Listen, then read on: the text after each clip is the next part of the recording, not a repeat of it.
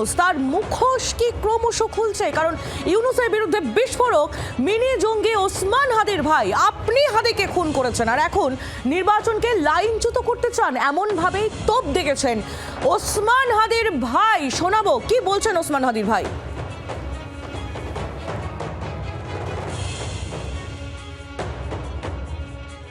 বাংলাদেশের কোটি কোটি মানুষ ওসমান হাদির বিচারের অপেক্ষায় আছে। সরকারের কাছে আমি অনুরোধ করব, আপনারা যারা রাষ্ট্র ক্ষমতায় থাকাকালীন অবস্থায় ওসমান হাদিকে হত্যা করা হয়েছে, এই হত্যার দায় আপনারা এড়াতে পারবেন না। আপনাদেরও বিচার হবে, আজ হোক 10 বছর পরে হোক, বিচারের কাঠগড়ায় আপনাদেরকে দাঁড়াতেই হবে। আপনারা যদি মনে করেন আর 2 মাস পরে রাষ্ট্র ক্ষমতা থেকে চলে যাবেন, বিদেশে চলে যাবেন, মনে রাখবেন এই দেশের জনতা আপনাদেরকে কাঠগড়ায় দাঁড় করাবি।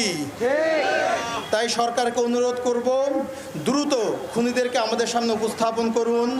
নির্বাচনের পরিবেশকে যাতে বিঘ্ন না হয়, খুনির বিচার করুন। আপনারাই ওসমান হাদিকে হত্যা করিয়েছেন, আবার আপনারা এটাকে ইস্যু করে নির্বাচন বানচাল করার চেষ্টা করতেছেন, তা আমরা কখনোই হতে দিব না। ওসমান হাদি বলেছিলেন ফেব্রুয়ারিতে দেশে নির্বাচন হতে হবে এবং সেই নির্বাচন করার জন্য সে প্রস্তুতি নিয়ে মাঠে নেমেছিল, কিন্তু তাকেই হত্যা করে নির্বাচন বাধাগ্রস্ত করার চেষ্টা হচ্ছে। পরবর্তী প্রোগ্রাম থেকে খুনিদেরকে গ্রেপ্তার করা না পর্যন্ত রাজপথ ছেড়ে আমরা যাব না ইনশাআল্লাহ।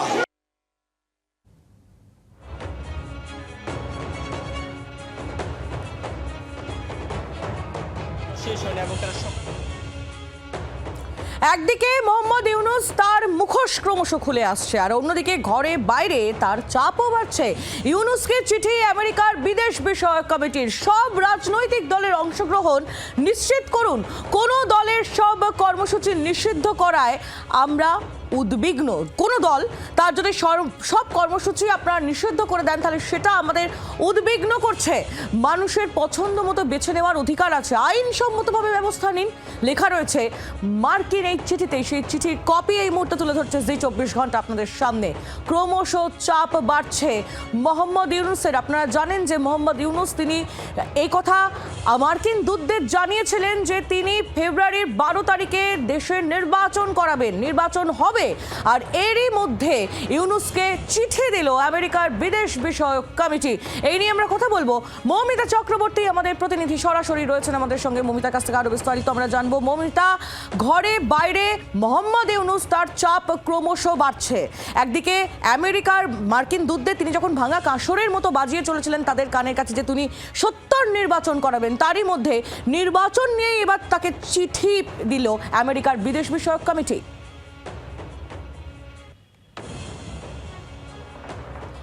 দেখো, যুক্তরাষ্ট্রের যে পররাষ্ট্র বিষয়ক কমিটির যে প্রতিনিধি দল তারা যে চিঠি দিয়েছে সেই চিঠিতে কিন্তু স্পষ্ট উল্লেখ করা হয়েছে কোনো রাজনৈতিক দলের অংশগ্রহণ, রাজনৈতিক কর্মসূচি, সেই কর্মসূচি বাতিল করায় তারা উদ্বিগ্ন। সেক্ষেত্রে তারা এটা সুনিশ্চিত করতে বলেছেন ডক্টর ইউনূসকে যে সমস্ত রাজনৈতিক দলের পার্টিসিপেশন, আগামী যে নির্বাচন, ফেব্রুয়ারি মাসে যে নির্বাচন হতে চলেছে সেই নির্বাচনে সব রাজনৈতিক দলের পার্টিসিপেশন সুনিশ্চিত করতে হবে। কারণ সাধারণ মানুষের এই গণতান্ত্রিক অধিকার রয়েছে, তারা তাদের পছন্দ মতো রাজনৈতিক দলকে যেন বেছে নিতে পারেন।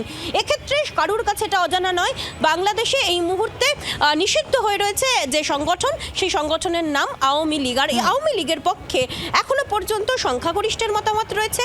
খুব স্বাভাবিকভাবেই আজকে যে চিঠি, গতকাল রাতে যে চিঠি ডক্টর ইউনূসের কাছে গিয়ে পৌঁছেছে, সেই চিঠি কিন্তু বলা যেতেই পারে যে রাজনৈতিকভাবে, কূটনৈতিকভাবে আওয়ামী লীগের কাছে একটা বড় জয়। অন্যদিকে ডক্টর ইউনূসের চিন্তারও একটা যথেষ্ট বড় কারণ ঘরে বাইরে সব দিক থেকে ক্রমশ চাপ বাড়ছে। ফেব্রুয়ারি মাসে যদি নির্বাচন করতে হয় তবে সব রাজনৈতিক দলকে পার্টিসিপেট করতে দিতে হবে।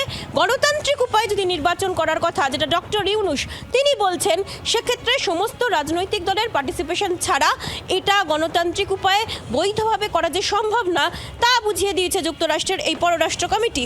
এবং তাদের তরফ থেকে যে চিঠি পাঠানো হয়েছে সেই চিঠিতে এটারও উল্লেখ করা হয়েছে যে কারোর বিরুদ্ধে যদি ব্যবস্থা নিতে হয়, আইনগত যদি ব্যবস্থা নিতে হয়, সেক্ষেত্রেও তার একটা পদ্ধতি রয়েছে। সেই পদ্ধতি নিয়েও কিন্তু প্রশ্ন তোলা হয়েছে। অর্থাৎ ডক্টর ইউনূস ধারাবাহিকভাবে এক নাগাড়ে যা যা করে তুলছেন সমস্ত কিছু নিয়েই কিন্তু প্রশ্ন তুলল এই বিদেশ বিষয়ক যে কমিটি, সেই কমিটির প্রতিনিধি দল। একেবারেই মৌমিতা, ধন্যবাদ তোমায়। মৌমিতা চক্রবর্তী আমাদের প্রতিনিধি সরাসরি ছিলেন আমাদের সঙ্গে। বাংলাদেশের এই যে পরিস্থিতি, সেই পরিস্থিতির দিকে লাগাতার নজর রেখেছে জি 24 ঘন্টা এবং বিভিন্ন আপডেট তুলে ধরছে আপনাদের সামনে, যেখানে মোহাম্মদ ইউনূস বাংলাদেশের অন্তর্বর্তী সরকারের প্রধান উপদেষ্টা, তার মুখোশ ক্রমশ খুলছে, তার চাপ ক্রমশ বাড়ছে।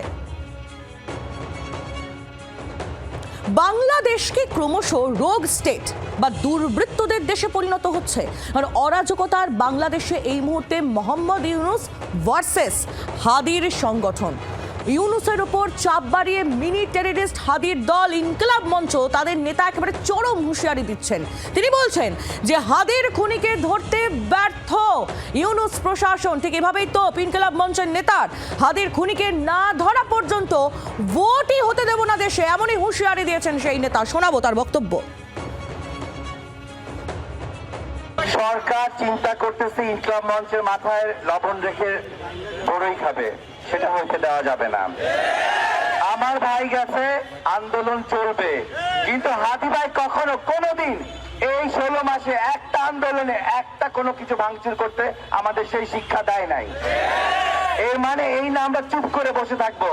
ছাগল দিয়ে কোনোদিন হাল চাষ হয় না। বাংলাদেশে কোনো নির্বাচন হবে না যতক্ষণ পর্যন্ত আমার ভাইয়ের হত্যার বিচার না হচ্ছে। আগে আবু ভাইয়ের হত্যার বিচার হবে, তারপরে নির্বাচন। আপনারা এই হত্যার বিচার দায় সম্পন্ন করেন, নাইলে এক দফা এই সরকারের পতন, এক দফা। আমার হাদি ভাই এখন একটা না, 18 কোটি এখন আমার হাদি ভাই।